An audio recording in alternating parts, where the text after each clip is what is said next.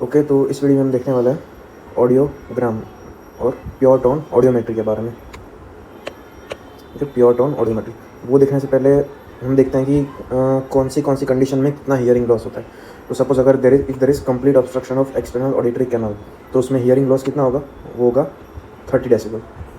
Okay, अगर complete obstruction of hearing external auditory canal हुआ, like suppose wax हो गया या कोई भी फॉरेन बॉडी ऑब्स्ट्रक्शन कर रही है, तो उसके वजह से हियरिंग लॉस कितना होगा? 30 डेसिबल। अब टिम्पैनिक मेम्ब्रेन परफोरेशन है, सपोज टिम्पैनिक मेम्ब्रेन परफोरेशन हुआ तो हियरिंग लॉस कितना होगा? ये depend on the site and size of perforation. तो अप्रॉक्स रेंज है 10 to 40 डेसिबल। ओके, अगर ज़्यादा बड़ा परफोरेशन होगा तो फिर ज़्यादा हियरिंग लॉस होगी। Larger the perforation more is the hearing loss. अब perforation exposing both oval window and round window at the same time. Okay, perforation तो हुआ ही है, साथ ही उतना बड़ा परफोरेशन है कि ओवल विंडो और राउंड विंडो दोनों को एक्सपोज कर रहा है एट द सेम टाइम। तो उसकी वजह से क्या होगा? ये ओवल विंडो, ये राउंड विंडो, जो दोनों का जो फेस डिफरेंस होता है वो एक दूसरे को कैंसिल कर देगा। तो उसकी वजह से हियरिंग लॉस है वो ज़्यादा होगा। तो उसमें हियरिंग लॉस कितना होगा? वो इन शॉर्ट बढ़ेगा due to loss of phase difference. अब टिम्पैनिक मेम्ब्रेन परफोरेशन भी है और साथ में ऑसिकुलर डिसकंटिन्यूटी भी है। Okay, tympanic membrane perforation plus ossicular discontinuity, तब हियरिंग लॉस होगा 40 डेसिबल। Okay, approximately 40 decibel. याद रखना, परफोरेशन एंड ऑसिकुलर डिसकंटिन्यूटी। अब अगर ऑसिकुलर डिसकंटिन्यूटी है विदाउट टिम्पैनिक मेम्ब्रेन परफोरेशन, तो हियरिंग लॉस इंक्रीज होगा या डिक्रीज होगा? तो वो देखते हैं।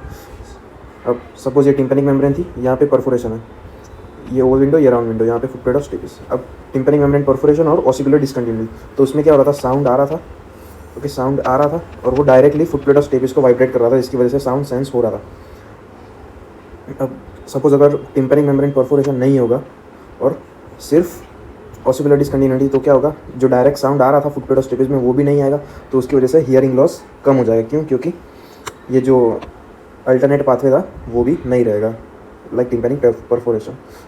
तो याद रखना, tympanic membrane ossicular discontinuity without tympanic membrane perforation, उसमें हियरिंग लॉस ज़्यादा होगा, विच इज़ 55 डेसिबल्स। अगर complete footplate of stapes fixation हो, लाइक ऑटोस्क्लेरोसिस का एकदम एंड स्टेज कंप्लीट फिक्सेशन, तो उसमें मैक्सिमम हियरिंग लॉस होगा, वो होगा 60 डेसिबल, जो वो है 60 डेसिबल। तो ये थी बहुत सारी कंडीशंस उनमें कितना हियरिंग लॉस होता है वो। अब हम अपने मेन टॉपिक पे आते हैं, which is pure tone audiometry या ऑडियोग्राम। अब इसके इंडिकेशंस क्या क्या है, या फिर ये हमें क्या क्या सजेस्ट करता है? सबसे पहले तो ये एक सब्जेक्टिव टेस्ट है। ओके, सब्जेक्टिव टेस्ट, इसमें हम क्या करते हैं? Different sounds of different frequency ये सुनाते हैं, पेशेंट को सुनाते हैं, फिर पेशेंट को बोलता है कि वो इन्हें सुन सकता है कि नहीं, patient is able to hear it और नॉट। फिर उसके हिसाब से हम क्या नोट कर पाएंगे? एक तो सपोज पेशेंट को हियरिंग लॉस है या नहीं है वो, दूसरा कौन सी फ्रीक्वेंसी ऑफ साउंड में हियरिंग लॉस है वो, तीसरा ग्रेड ऑफ हियरिंग लॉस कौन सा है, मतलब कौन सा स्टेज ऑफ हियरिंग लॉस है, लाइक सपोज माइल्ड है, मॉडरेट है, मॉडरेटली सीवियर, ये सब बाद में देखेंगे। तो हम तीन चीज़ें देख सकते हैं, एक तो हियरिंग लॉस है कि नहीं वो, दूसरा फ्रीक्वेंसी, मतलब कौन सी फ्रीक्वेंसी के साउंड में हियरिंग लॉस आ रहा है वो, और तीसरा ग्रेड ऑफ हियरिंग लॉस। तो ये तीन चीज़ें हम देख सकते हैं। दूसरा हम एक है टाइप ऑफ हियरिंग लॉस, वो भी देख सकते हैं, मतलब कंडक्टिव है, सेंसरी न्यूरल है या मिक्सड है, वो भी देख सकते हैं। तो ये चार चीज़ें हम देख सकते हैं इन प्योर टोन ऑडियोमेट्री। तो ये एक इमेज है प्योर टोन ऑडियोमेट्री, ये एग्जामिनर है, ये पेशेंट है। पेशेंट को डिफरेंट फ्रीक्वेंसी के साउंड हम सुनने को देते हैं और फिर पेशेंट रिस्पॉन्ड करता है कि ये उसे सुनाई दे रही है या नहीं। उसके ऊपर से हम ग्राफ में, जो प्योर टोन ऑडियोमेट्री का ग्राफ है, वहाँ पे प्लॉट करते हैं। यहाँ पे फ्रीक्वेंसी होती है और यहाँ पे हियरिंग लॉस होती है। तो ये कुछ सिम्बल्स हैं which are used in audiogram. तो हमें सबसे पहले दो चीज़ें ध्यान रखनी पड़ेगी। एक तो एयर कंडक्शन में कौन सा पाथवे हम चेक कर सकते हैं कि वो सही है या डिफेक्ट है। एक हो गया कंडक्टिव पाथवे, दूसरा है सेंसरी न्यूरल पाथवे, जबकि बोन कंडक्शन में सिर्फ सेंसरी न्यूरल पाथवे। तो दोनों में कॉमन पाथवे कौन सा है? It is sensory neural. तो सपोज अगर बोन कंडक्शन नॉर्मल है, तो बोन कंडक्शन नॉर्मल है, एयर कंडक्शन डिफेक्टिव है, तो हम क्या डिनोट कर पाएंगे कि कंडक्टिव पाथवे में कुछ डैमेज या फिर डिफेक्ट है। तो यही मेन प्रिंसिपल है जिससे हम पूरा ऑडियोमेट्री देखेंगे। अब सिम्बल्स कौन कौन से यूज़ होते हैं इन ऑडियोग्राम? तो दो सिंबल आएंगे, एक एयर कंडक्शन का आएगा, दूसरा बोन कंडक्शन का। एक राइट ईयर का आएगा, दूसरा लेफ्ट ईयर का। राइट ईयर का एयर कंडक्शन का सिंबल क्या होगा, वो होगा राउंड। ओके, राइट ईयर का राउंड। राइट ईयर के सारे सिंबल रेड कलर में होंगे, लेकिन अगर इमेज ब्लैक एंड वाइट दिया तो ये सिंबल के शेप भी याद रखने पड़ेंगे। रेड कलर का कुछ भी होगा तो वो तो राइट ईयर का ही होगा। राइट ईयर का एयर कंडक्शन, उसका सिंबल है राउंड या फिर ट्राइंगल। ये अनमास्क्ड और मास्क्ड क्या है, मास्क्ड ईयर मतलब अगर हम साउंड दे रहे हैं तो फिर जो दूसरा ईयर होता है, सपोज राइट ईयर में साउंड दे रहे हैं तो फिर लेफ्ट ईयर में भी साउंड आएगा, तो उसे हम ब्लॉक कर देंगे ताकि वहाँ पे साउंड ना जाए। तो एयर कंडक्शन मास्क्ड मतलब राइट ईयर, मास्क्ड मतलब राइट ईयर में हम उसको कवर कर देंगे ताकि वहाँ पे एक्स्ट्रा साउंड ना जाए। लेकिन वो उतना इंपॉर्टेंट नहीं है, सिर्फ ये सिंबल याद रख लो। कोई भी राउंड और ट्राइंगल आए तो फिर it is air conduction of right ear. Round से right ear air conduction, cross से left ear air conduction, cross या फिर स्क्वायर। बोन कंडक्शन को तो ईजी है, कोई भी शेप जहाँ पे ऐसे ओपनिंग हो रही हो वो राइट साइड हो रही है तो फिर वो राइट साइड राइट ईयर का है, लेफ्ट साइड हो रही है तो फिर वो लेफ्ट ईयर का है। तो ये सिंबल हो गए राइट और लेफ्ट ईयर के एयर कंडक्शन और बोन कंडक्शन। अब स्टार्ट करते हैं एक एक ऑडियोग्राम देखने। उससे पहले देखते हैं ग्रेड्स ऑफ हियरिंग लॉस या फिर डिग्री ऑफ हियरिंग लॉस। उससे पहले threshold of normal threshold of hearing कितना होता है, इट इज़ 25 डेसिबल। फिर 0 to 25 डेसिबल ये रेंज है। मतलब 25 डेसिबल से, यहाँ ग्राफ में दिखा है ये कहीं पे 25 डेसिबल। अगर यहाँ से ज़्यादा साउंड देना पड़ रहा है पेशेंट को तो हम कह सकते हैं कि यहाँ पे उसको हियरिंग लॉस है। मतलब इन शॉर्ट 25 डेसिबल की साउंड पेशेंट को ईजिली सुनाई देगी। उससे ज़्यादा अगर साउंड देनी पड़े तो हम कहेंगे कि इसे पेशेंट को हियरिंग लॉस है। नॉर्मल थ्रेशोल्ड कितना है, 0 to 25। 0 मतलब इट इज़ एब्सोल्युटली नॉर्मल। अब ग्रेड्स ऑफ हियरिंग लॉस, एक तो होगी नॉर्मल हियरिंग जो है 25 डेसिबल तक। यहाँ पे ऐसी जब भी प्योर टोन ऑडियोमेट्री दिखे तो ऐसे लाइन ड्रॉ कर देनी। अगर इससे नीचे होगी तो फिर इट इज़ हियरिंग लॉस। तो उसका डिग्री भी लिख देता हूँ। नॉर्मल कितनी है, 25 अप टू 25 डेसिबल। माइल्ड फिर 15 ऐड करने होंगे, तो 15 डेसिबल ऐड करने होते हैं, तो 26 to 40 decibel. Moderate 41 to 55। Moderately severe, क्योंकि मॉडरेटली सीवियर हुआ है। अब 56 to 70 डेसिबल।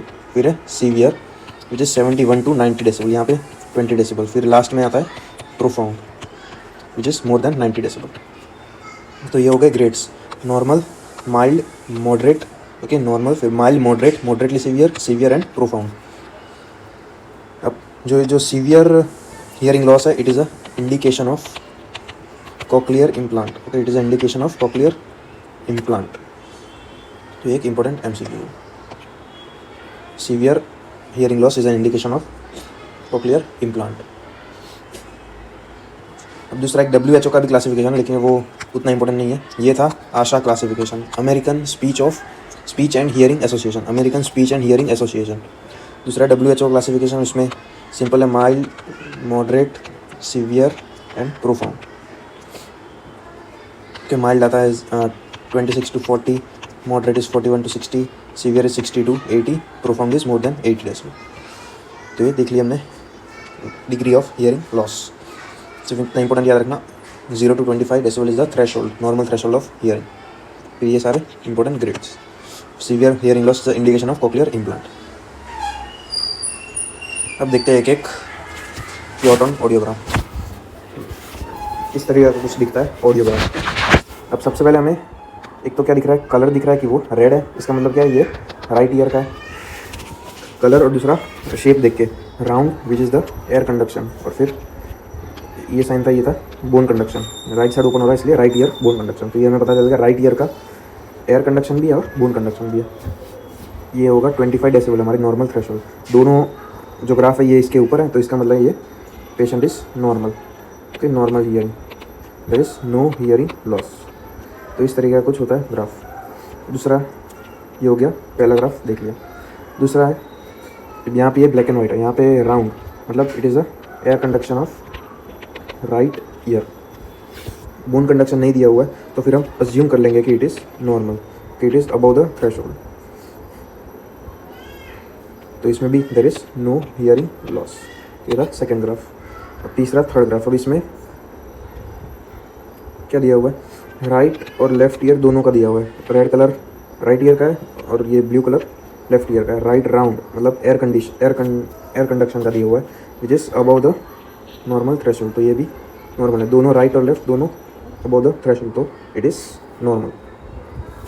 अब ये आया नेक्स्ट ऑडियोग्राम। इसमें अब अगेन सबसे पहले कौन सा ईयर का है, राइट ईयर। ये कौन सा है, बोन कंडक्शन, ये है air conduction. Bone conduction is above the threshold, मतलब bone conduction is normal, air conduction is defective.